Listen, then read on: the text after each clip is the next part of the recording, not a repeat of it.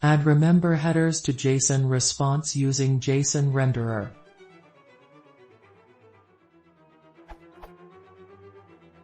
This is the current way I use to add remember headers to response.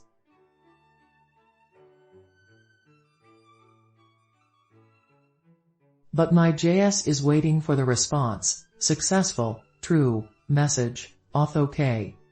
Found will redirect to came_from. I want JS redirect. So I tried this.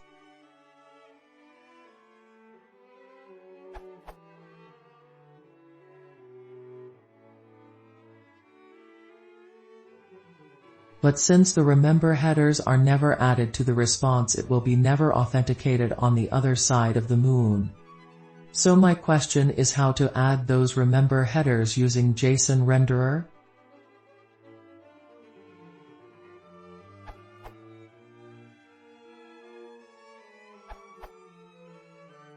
You can set that information on the response directly, as documented in the very attributes of rendered responses section of the pyramid manual.